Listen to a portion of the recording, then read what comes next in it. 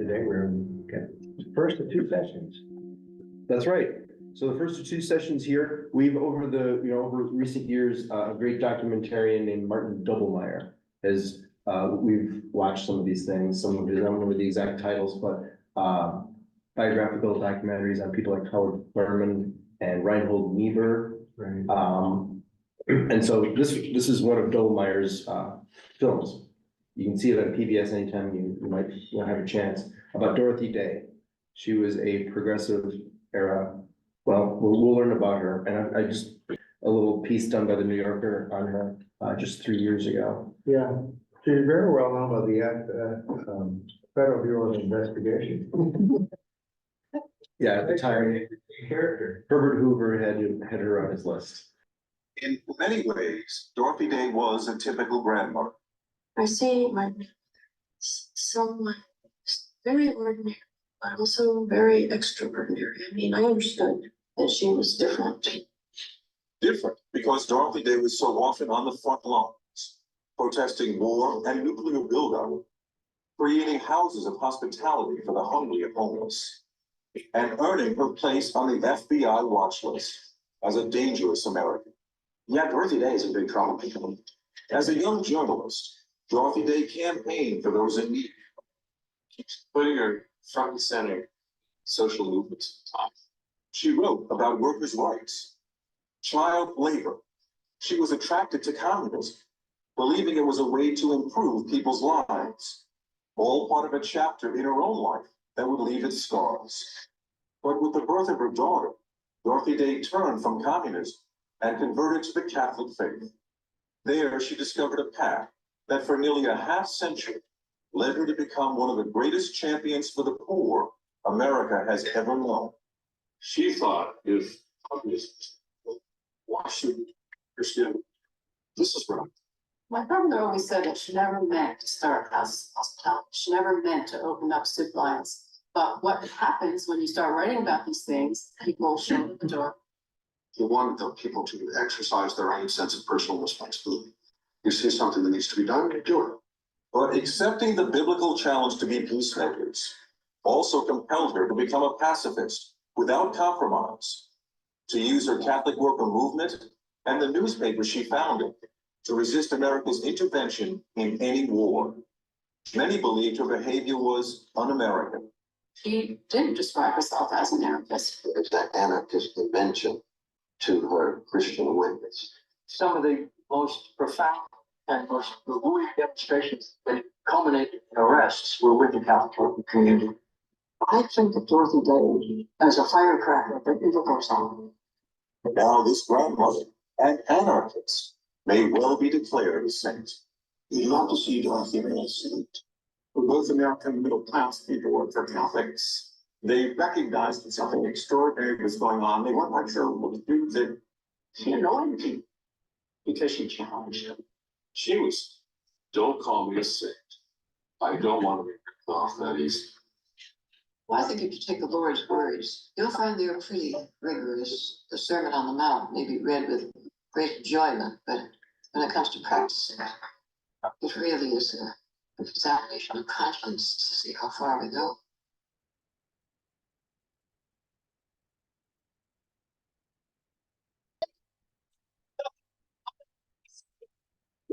Francis, when he spoke to Congress, mentioned 4 great Americans that could provide models of virtue for the entire world.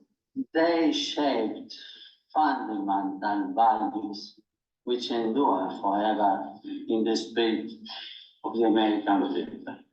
To base his whole speech on 4 Americans and to tell us about ourselves, who Americans are based on these 4 people: Abraham Lincoln, Dr. Martin Luther King, Thomas Merton, and then Dorothy Day. In these times, when social concerns are so important, I cannot fail to mention the servant of God, Dorothy Day, who founded the Catholic worker movement. Her social activism, her passion for justice and for the cause of the oppressed were inspired by the gospel, her faith, and the example of the saints. And I did have a lot of my colleagues around me saying, Dorothy Day, who's Dorothy Day?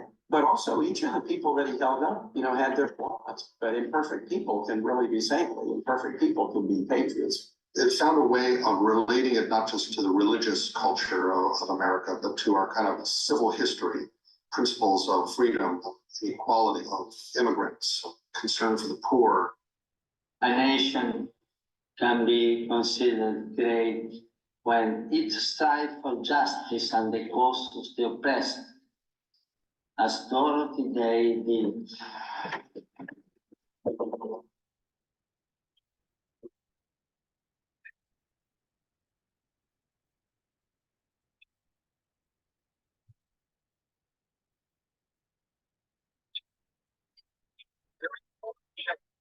Through the fifties, early sixties, these air raid sirens go off. We would have to clear the streets, hide under our desks, to go into the designated civil defense shelters. And in the subway, they were designated shelters. It's a bomb. And that is when they would choose to demonstrate. We all know it's very dangerous. We must be ready every day, all the time, to do the right thing if the atomic bomb explodes. Stop things up. This family. There's no way on earth that New York City had ever suffered a direct hit of a nuclear weapon. There's no way on earth that anybody would have survived in or out of this area. What these air raid drills were doing is actually anesthetizing to the true horror of what's happening here. She wanted to point out how ludicrous all this was and saying, first of all, as an American citizen, I have a duty and right to be civilly disobedient. And she always did it respectfully. She would call the police and say, we're going to be in Union Square Park, or we're going to be in this box. You can come and arrest us, you know. At a time of the great communist scare, when Catholics in particular wanted to be seen as patriotic anti-communists, Dorothy Day's Catholic worker movement created acts of public disobedience. Over decades, the Catholic worker movement had evolved from direct care for the poor to public protest on a host of issues. Certainly in the 1950s, she was going to jail protesting civil defense drills. The number of Catholics in America who really believed that civil defense, preparing for nuclear war, was a crime against God and humanity, they could pretty much fit in this one police wagon. You know, no bishops supported her at the time. It was just kind of shocking and embarrassing. But there was always an allowance for the idea, well, Dorothy is this outlier. She's kind of a holy fool. Each year, the Catholic workers protested the drills. Each year, their numbers grew, and each year they were arrested, until finally in 1961, the drills ended. But her Catholic worker newspaper soon turned its attention to the war in Vietnam. It became a leading voice of opposition, attracting such Catholic progressives as Daniel and Phil Berrigan, and Trappist monk Thomas Merton. Each viewed Dorothy Day not only as a companion, but a mentor. She was very influential, very powerful. And as a woman, in all that patriarchy, that's it even more. She was really respected because she was so smart and so committed and such a good strategist. And she developed an authority that was unique. And she kept doing this and speaking, and the Catholic worker was this really powerful voice all around the Catholic Church and outside of it. She had real authority. Daniel Berrigan, Philip Berrigan, who were the celebrities during some of that time, Time magazine cover, they had real authority. Dorothy had more authority than anybody else. The very first demonstration against the Vietnam War was organized out of the Catholic worker in 1963. The very first draft card burner who was arrested after it became illegal was from the Catholic worker. Robert Ellsberg, son of Daniel Ellsberg of Pentagon Papers fame, left Harvard University to join the Catholic worker. Being fresh out of school, the only kind of question that occurred to me was, how do we reconcile Catholicism and anarchism? And she just kind of looked at me and said, well, it's never been a problem for me. She was an anarchist. She said so. She wrote extensively about anarchism. Her form of anarchism took the form of a radical suspicion of institutions and the laws and arrangements around them. But it wasn't a formula for chaos. She wasn't an anarchist in the sense that she believed that too much of our obligations toward other people, toward one another, was being taken over by the state. And she was deeply distrustful and suspicious of what kind of world that was going to create. J. Edgar Hoover and the FBI become highly suspicious of Day's activities. They are convinced she's being used by communist groups. There was one point where J. Edgar Hoover described her as a very erratic and irresponsible person who has a very belligerent attitude toward the FBI and uses every opportunity to castigate the Bureau. And he began saying she's a very dangerous radical, put on this kind of list of subversives who should be detained in the event of a national emergency. And I read that to her and she's laughing and she's saying, he makes me sound like a mean old woman. It's a time when Dorothy Day is becoming one of the most important Catholic figures in America.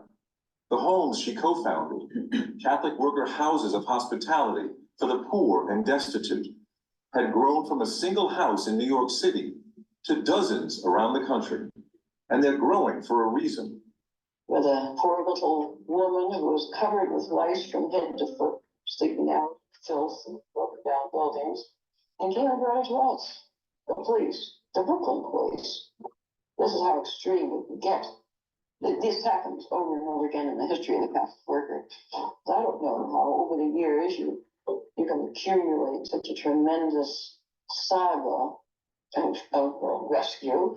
But in the city of New York, the greatest, richest city in the world, goes ahead and has to bring in this woman from the streets. The day would begin with a soup line, early in the morning with somebody who was in charge of putting beans into the water, boiling them for soup. And then at a certain point, people would begin lining up outside the door and would say you can't come in if you were stumbling drunk or something. I didn't have a clue of who they were or what they did besides serve the poor a hot meal. So I got on this line and I worked my way upstairs and got this wonderful hot meal.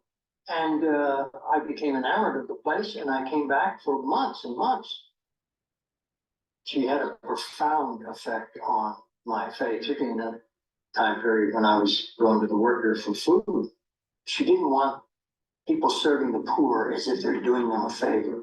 On the contrary, everybody was treated with the utmost respect. The goal of the worker was not to fix all these people. It was not a social agency.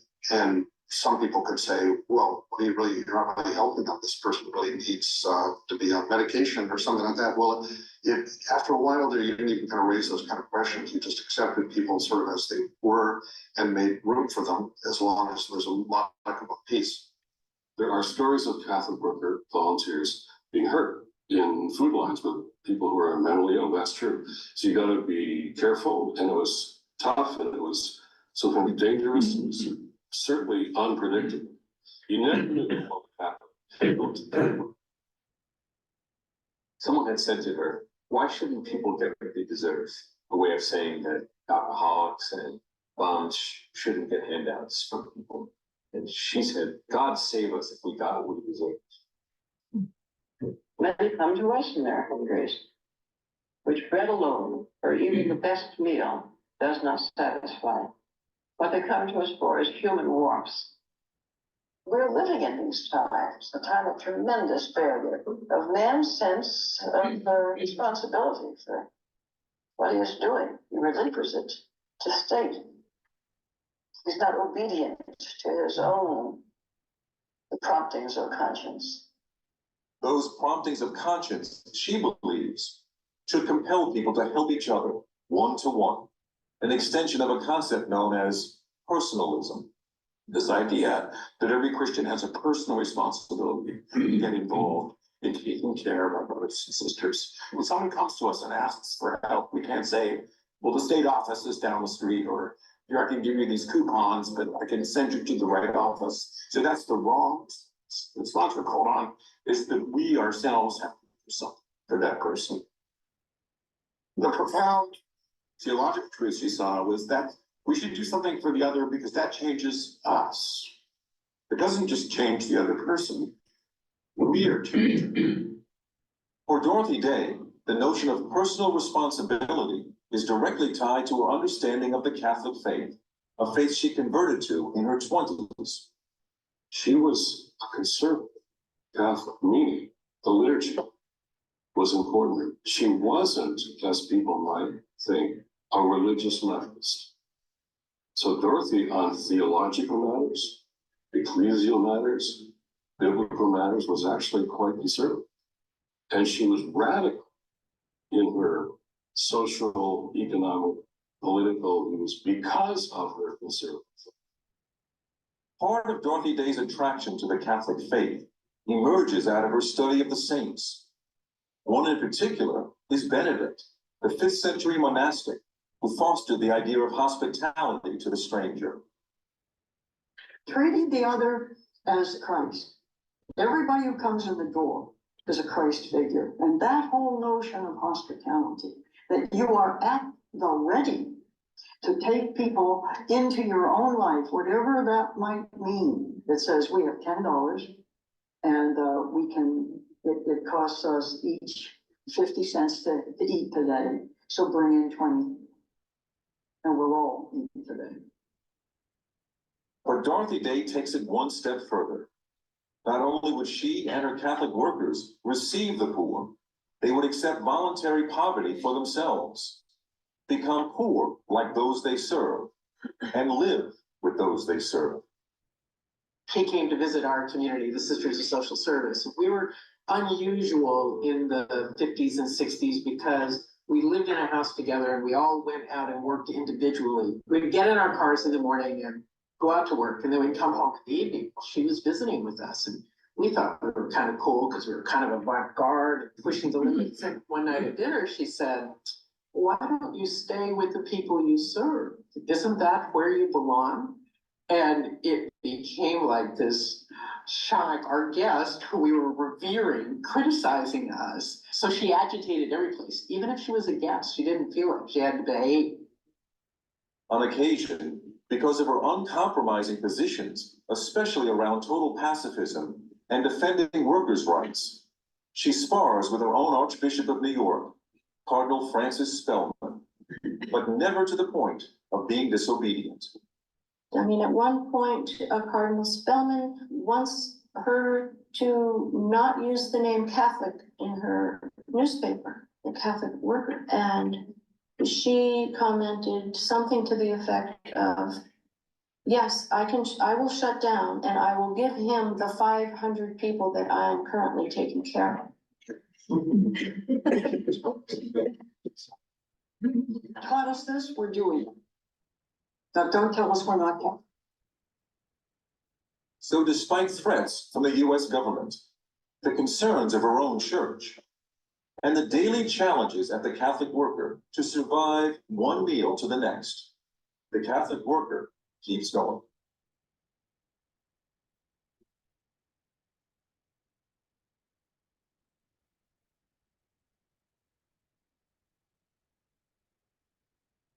Was she considered a pioneer? Dorothy Day is born in New York, 1897. It is said her parents, Grace and John Day, never went to church. John considered himself an atheist. The family is living in Northern California in 1906, when the San Francisco earthquake strikes.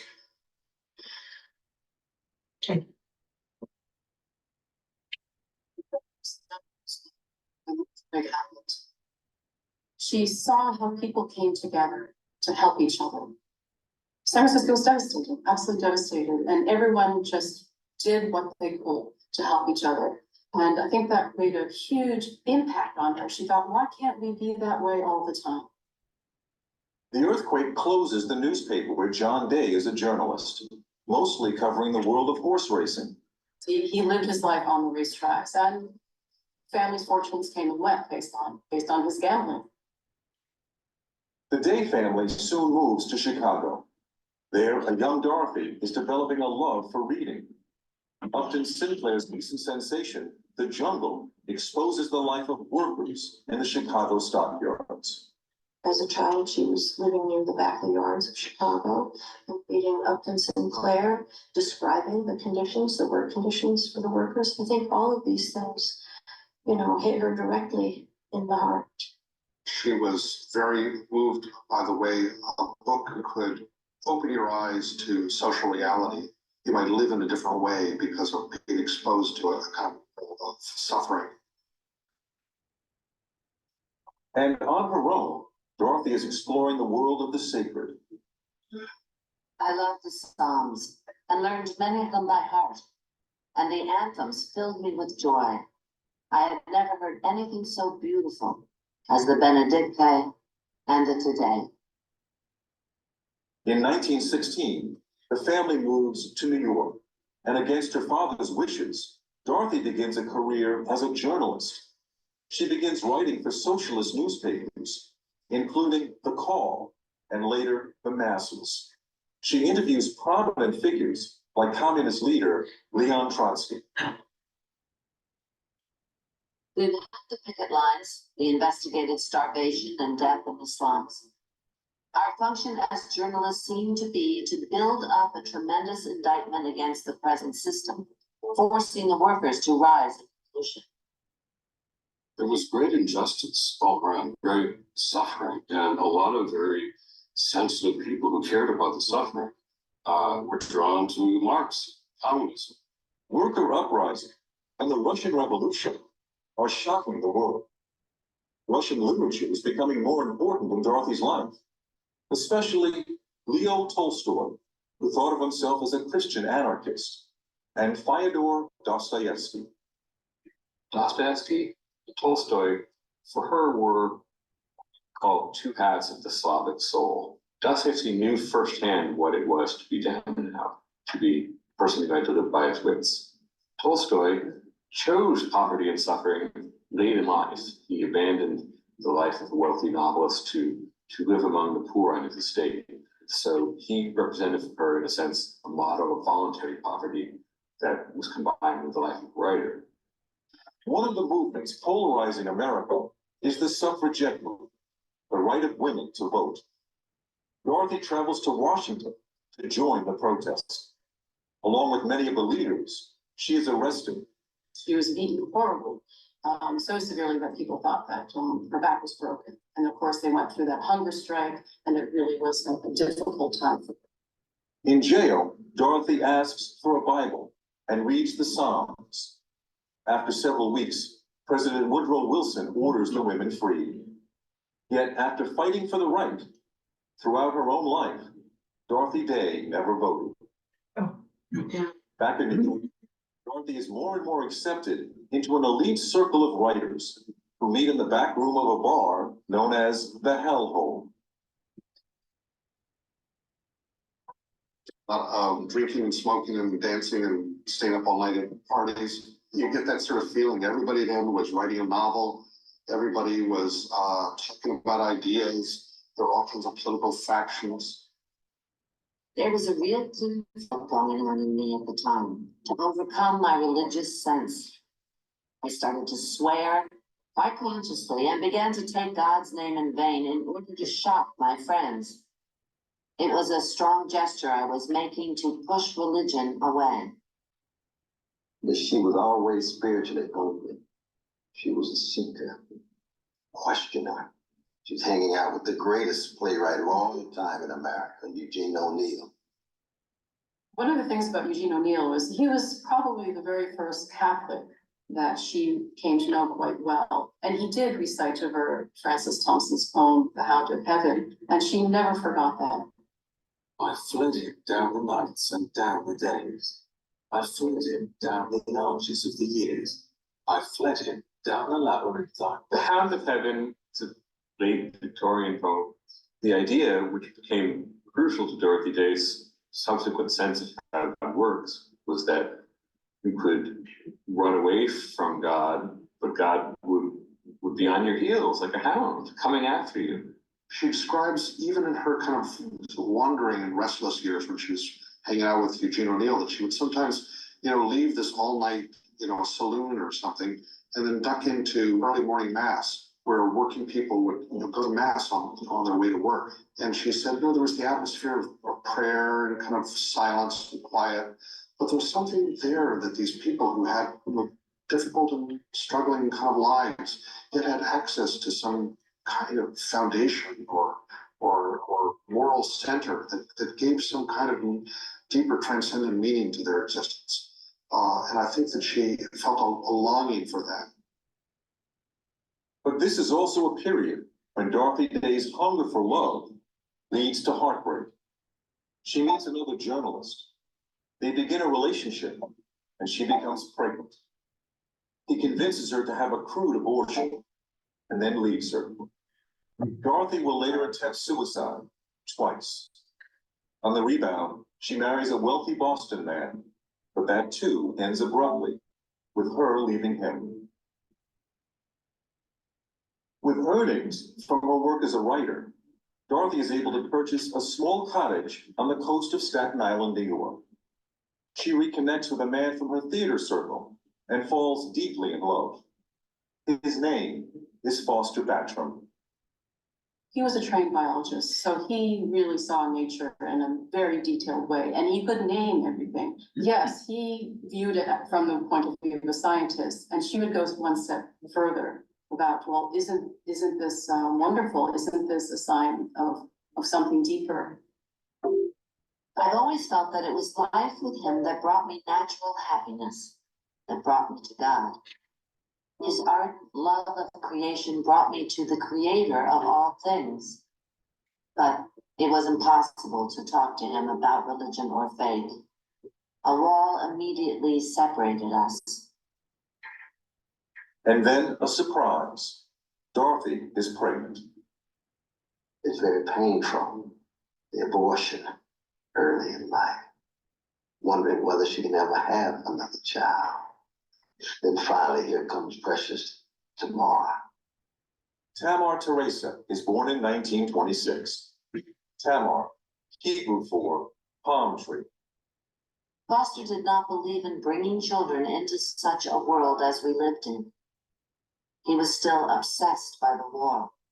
And his fear of responsibility, his extreme individualism, made him feel that he, of all men, should not be a father.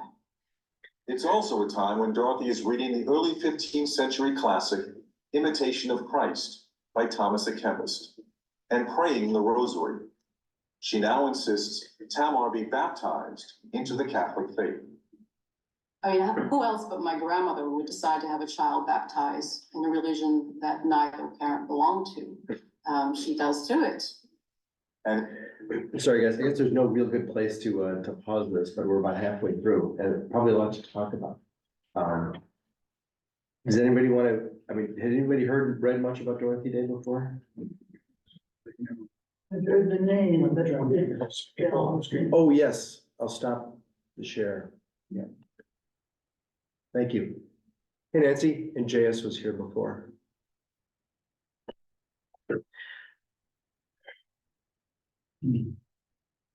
Okay, so where to begin? This is an interesting biography. Someone, a lot changed, but some things just weren't ever going to change for her. I love the concept of shedding your personal responsibility to the government subsidy and care of the poor. It's really a concept I really never thought of. Somehow that's really different. It's not quite as personally satisfying to give money to a social agency. You really have more responsibility than that. So I thought that's a concept I really hadn't thought much about. So I appreciate that. Good point. A lot of people hold that view. I feel a lot of very conservative tend to be conservative, anti-government involvement, small government to hold that view. Because they say, well, the church should take care of things. And do they? But do they? Well, she came of age. Well, this was before she her teen years, her 20s before the New Deal. Right. Nothing was expected of the federal government, right? Security or help for the poor at all. All done privately. In Europe, up until, even to, the government took care of, governments are the kings, but, you know, I don't think of them when we're, and I was, the report card was done, this is like in 1912, so, was under, the emperor of Austro-Hungary, and they took care of the churches and education of the children. And so maybe there's a transition there between the royal leaders and then the government here. I'm sorry, I got one. This is the part where she became a target of the FBI. Why was her good deeds not seen as such, and rather made her a victim or a target to the FBI? No, today. I think it was her anarchy, and as well as her affiliation with communism that caused, the communist thing is probably most, but an anarchist was threatened. She wasn't a violent anarchist, she was someone who just had this fundamental mistrust of institutions, especially government, and its power over people. And in some ways, you know, I didn't realize how conservative in some ways that attitude is. And that's something I got from this video. I didn't know about her. And but you can argue there's an element of truth in that vantage point, and you can certainly argue against it. A lot of good arguments, you know. So it's interesting to hear your own reaction to that kind of thing. What's the role of government? What's the role of the individual? It's a good focus. It's really pretty interesting technology. But what has been the role of church in relationship to, for, over the last century, the last century and a half? Well, yeah, what did you hear in the video? What did others hear? John was gonna say something too. One big sugar. Well, what I was gonna say, she's doing she was doing, I mean, she's done now, she was doing stuff that Jesus, that the story of Jesus in the New Testament, it's right along the same path. Jesus was doing what he felt called to do, caring for people. Putting his life up against this, all the awful stuff that was going on. And you know that, of course. Yeah. But what he was doing was what he felt he had been called to do, just as Dorothy Day felt that she was called to do, to provide this care for the people who were being knocked around. Right, yeah, and she took the gospel, I mean, there was that statement in there, wasn't there, about the Beatitudes? Did you hear that? We talked about the Beatitudes, it talked about, she said, oh, people think it's a nice sounding little thing, but do you really believe, do you really live it? Right. And that was the question she asked to the sisters, you know, they thought they were out there doing the liberal things, she said, why aren't you living with these folks? Or why aren't they living with you? Where does the distrust of the government come from her? I mean, but as we say, the government was not that active at that point in time. If we look back, certainly from the Romans, or not helping the poor. So, but where does that conservative viewpoint come from with her? I don't know. I mean, they didn't go deeper in that. Does anyone know anything else about Dorothy? My knowledge of Dorothy Day is this video and some things I've read in the newspaper a few times. So it's not very deep. So I don't know where it comes from. Well, she was reading Tolstoy. Tolstoy he has a very deep concern, a deep heart for the people who were enslaved, basically enslaved as serfs in the country, and that the wealthy didn't just use them and didn't really care for them. So he has I think it's Anna Karenina, he has, one of the characters really becomes interested in caring for the people that are working on his farm, and goes and lives with them and spends time with them and learning how well, he doesn't really live with them, but he spends a lot of time during the day learning about how they're doing what they're doing, and is very supportive, is very interested in them and developing relationships with them. So I'm wondering if some of that. Yeah. Maybe inspired. Well, I think with this video that a lot of improvement has been made as far as the homelessness, people not working. I don't know if it was a effort with careers versus government subsidies that put the people to work and make sure they wasn't on the street like they're doing now. But so I think that they did good since then, but now we're going back to that again here. You know, that we have to bounce back again. You know. About this, the faith business, whether you're Catholic, Protestant, or Episcopalian, Jewish, or whatever, we're all human beings. Or you could be, you could be one of these people who do not go, they don't waste any time going to church, for heaven's sake. So, but they're living lives that are, well, some of them are ending up shooting people and getting in jail and so on. But others, most of the others are just being helpful to their neighbors and people who are in difficulty. We've had experiences like that when we have this house up on Beaver River and when they're driving up the road, there's another car coming this way, you wave at them, they wave at you. Right. But when there's a car that's off to the side and there's somebody sitting in the car, people stop and take a look. Are you okay? Do you need help? Is there something I can do? Right, because this is, we're coming back to the same point. I'm hearing a lot of people say this. What's the role of the individual versus the government or other nonprofits? I mean, one guy said there in the video, said, you know, it wasn't enough that you pass someone who's homeless, that you say, well, there's someone who's gonna take care of it. Why don't you go see so-and-so to get some help here? Yeah. Because I've done that before. But it says, no, it's, what are you gonna do right now about that person who's asking you, I mean, you walk? So what do you think of that whole idea that you can't put it off on anyone, you have a responsibility?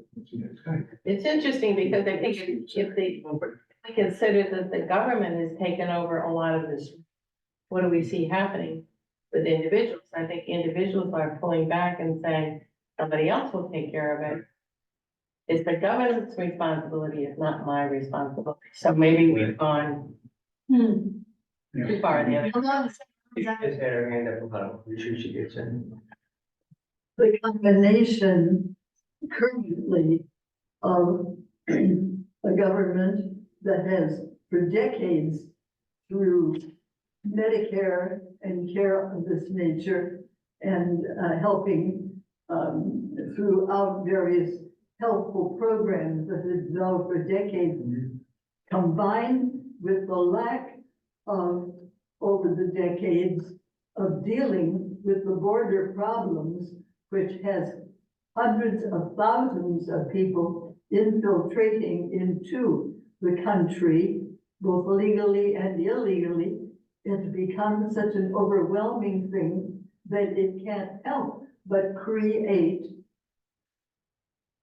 in the face of the people who are there living at the border and their ranches being overrun, and people in cities where the buses are dropping people off in the suburbs, the combination is, as it were, too much to swallow for both sides of the score.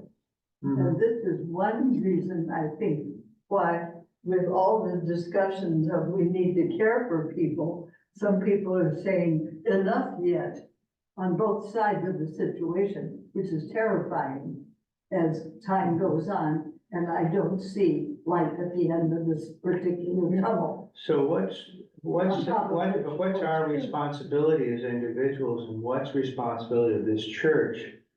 And where is the responsibility of the government? This is what's becoming extremely serious, because it's too big a problem for one individual to rise up and say, can solve it. There isn't a solution available right now. And she's gonna come back and say to you, so you're just gonna, that one person, you may not solve the whole problem, but for one family, could you invite them to stay in your house? I mean, Marla and I had this discussion. We've had a basement, we don't have any bathroom, the full bath on the first floor. How could we do that? Could we ever let someone stay in the basement or take my office? Actually, do rent it out. There was a really interesting article in the Tribune. I think John sang with this woman. She lives in Oak Park and she was by herself and she had cancer. And she just decided to adopt this family, this migrant family, into her house. And there was a big story about how she'd done that and how they become really, really very, very close. It was very powerful. But she just did that as an individual. So it sounds like Dorothy's saying we need to do that as an individual. She wasn't invoking the Catholic Church, even though she's Catholic, she wasn't saying it's the Catholic Church's responsibility, right? She was saying it's our individual responsibility. It wasn't the church, or was it the church? In my perception, being from where I am from and living here, I was having a conversation with Betty yesterday. I think it's your personal conviction that does that. How moves you to do whatever you want to do. Because like I was telling you, in Ghana, we don't have this governmental support. So if you in need, I cannot direct you to go to the social, to what can I do to help you? And I was telling her how every day, every morning at some point, you see people in their compound sweeping and you hear readings going across, good morning there, good morning there. So they know at every time you're supposed to be up and doing something. So You're checking on them all so the time. if 10 o'clock you are not there, somebody will walk into your house and Betty has a neighbor. We laugh about it. For years, they've never, she's made every effort to be neighborly to them, but they've not responded. Anina has a neighbor like that, and I guess it's the community where we live. When I first moved in here, our culture was to know somebody, you ask questions, you find out how they are. But when I brought that kind of attitude here, the question, are you the police? No. Yes, because it's like you are digging into their personal life. So individually, how you feel, if you see somebody that needs something and you can afford to assist. And that's what Dorothy thought. She could, she didn't have to be rich. If she has a little wealth, she can spread it across, but there are some people who always want to be pointed out as, that's him, he's the rich guy, using this fancy car, whilst others are finding their way in poverty, they don't care. So it's the individual conviction. That's how I see it. Okay, who hasn't spoken? Everybody? Make sure you have a chance. I was Jane- sort of Jane caught had on this film when it got into her personal life that she had a child, and I'm sort of interested in how she brought that child into her faith.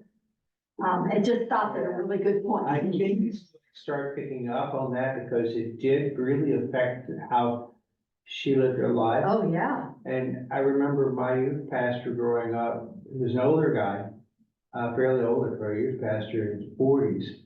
And he'd been single all his life. And when the church gave him a little old house down the street, he said, that's all I care. Can you use furniture? He just moved in. That's what he lived with. And he gave away a lot of the money. He paid pretty well in Methodist church down south. Those churches paid pretty well because a lot of people go to church. So, he'd give away a lot of the money. But then he got married and he adopted 2 kids. Later in his 40s. And and he said, yeah, I've had to change what I do, my responsibilities to these kids I have. But he lived a rather not quite that austere. But he lived that life of this, he lived his life really well, as a giving person. And I think sometimes we're probably all challenged by that. At least I am. Oh, yeah, the question is, when is enough enough? And, you know, the airlines say you have to put your oxygen mask on first before you help others. And the question is, well, for how long? It's good to say you should. You know, when is enough enough? And that's a really difficult question to answer because it depends on each person's ability. What's sort of involving becomes in place, comes to mind. You know, with all these thousands of infants coming in, especially into ours, the homes, why don't the churches of Chicago and the suburbs helping these people? I know some of them are in the village in Pilsen, that area down there, where there's mostly a Latino, most of the people are Latino. But we have this huge church, and I know we used to have Family Promise here. And we have all these rooms in the Sunday school and bathrooms. And it's sort of a conundrum to me. Well, it's looking, that's interesting, because Jeffrey has shown me where Family Promise used to store their stuff, because the city has asked us to be a place, should they have a group bust in and dropped off in Winnetka, could we be a resting spot, we could provide some basic core needs for those folks who are immigrants. So that migrants, very different. Migrant is the correct word, because immigrants would be someone who's come with permission perhaps. But migrants is people who come seeking asylum, but they don't yet have legal residence. It seems like every community says, not in my backyard. But can I clarify, Yeah. what Alan says, right? The specific request from the village of Winnetka to Winnetka Congregational Church is, if they're dropped off close to Winnetka Congregational Church, could you take care of them for 30 minutes to 90 minutes while we organize a bus service to carry them to Chicago? Where they will be living on the street and these stations and all the warehouse. Yeah. Wow. So we have all these rooms. I don't understand. Let me also mention. We don't have the people who volunteer to do all the work. Let me mention. Say we have the space. There's more. There is somebody in town who I've been talking to, who would like to organize a Winnetka response to migrants. Yeah, I think that's. His idea, I think, is a little naive, incomplete, and all focused on the government of the village of Winnetka. I've talked to him about this. He doesn't really want to talk to me about my ideas. So, because I would see a public-private partnership and a multi-faith response, not just one church, but all the churches in town. And this particular individual took his idea to the village of Winnetka on Tuesday night at the council meeting. And one of the pastors went with him. I said, I didn't want to be associated with his ideas. And another pastor went with him. I said, how did that go? And he said, they listened politely and moved on. Anyway, there's some conversation about that. I don't see why we couldn't think about that. But Chuck is right. There's a ton of work involved. And not only the actual housing, but then the providing of other resources. Right. Transportation, education, work training, work placement. Language. Yeah, did I say healthcare? Language, cultural assimilation. And they probably wouldn't want them in the schools. I personally. Well, Jane has experience with this with the refugee one. They had to raise $10,000 just to subsidize refugee one. You know, and then the group of 6 for one family, a group of 6 people that had worked for 6 months to try and help these people assimilate, so. It's a lot of work. When you say you're gonna do this, you have to recognize the enormity of what you just volunteered to do. Back to, what you're saying is, or what I'm hearing is, if they were to come here and then be sent to Chicago after their 30 or 90 minutes, we're asking Chicago or Pilsen or wherever, who have far less resources than our community to take it on, and we can't. That doesn't make sense. Yeah, doesn't. Let me ask, Nancy is online. I want to be sure we get to her. Nancy, did you have something to say? You're on mute. You're mute. We can't hear you. You're on mute. We can't hear you. Okay. Use sign language. Can I bring this up to date with one quick piece of news? Some migrants have already been dropped off in Mecca, according to a news item that Patty sent me. And this happened on Christmas Day in the evening, and it was at the Hubbard Woods metro station.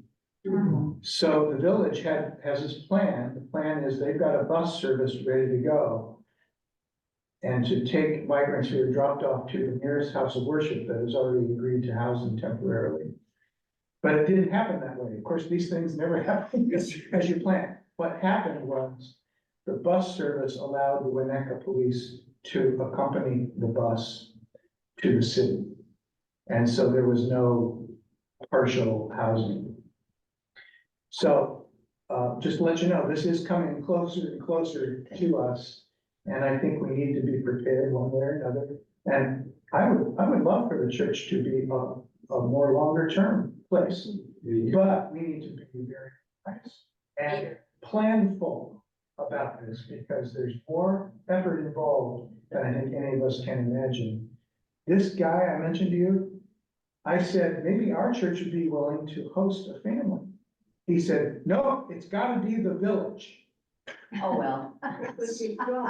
He said, if you put them in a church building, they won't be integrating into the community. Well, he was very difficult to deal with. His heart was in the right place. But, so some conversations are happening. I gotta go tonight. Thank you for having conversations. Yes. But, Greg had to drop kids off at ski school. He's a mother. He's gotta be able to leave room. So, Well, my one thing here, I mean, I have a lot of responsibilities. I would also clean up mess and because I can't leave this all in children. But I would volunteer a big pot of really good soup with lots of really meat in it every other day. That would be my. But that's the kind of effort to take. She's working from Venezuela, who doesn't speak much English. She is a professor of biology, who is now working a factory job at a conveyor belt. And got sick, and they said, you get sick again, you're gone. And her son is here with her, and she sends money back to Venezuela because they have no money. She sends $100 back to the job she makes. And she's hardly making it. Marla goes and sits with her and takes her to the bank or to Walmart or places where she can't, but learning the language is that she's a very bright, brilliant woman, but she's in her 50s. Learning the language is not easy in her 50s. And so, you know, she lost her mittens, and so we're gonna go buy her a pair of mittens. And this, we could see a lot of things we could do to help her. This is through World Relief. Marla did the training, and finally they called her. She's picked people up at the airport once. And so but these are people who are immigrants, not. She's an immigrant, though, so she has clearance. Yeah, She actually has a village. But she doesn't speak the language, she doesn't have a car. She wants to learn to drive, but. Also, I would volunteer 3 hours of teaching English because I teach first grade. Okay. You keep telling. Now, And we're gonna discuss this and. So if you're saying the efforts and the planning is the most important thing, I know the Anglican Church, and I have a couple of people who are involved. And I've heard the things that goes on with their planning and there is a flow. And it's kind of overwhelming in all aspects, financially, because we seem to see think that we have rooms here, but then when we bring them here, we have already a church that we are planning. We have things that we are going on here. Do we have the excess funding to get into that?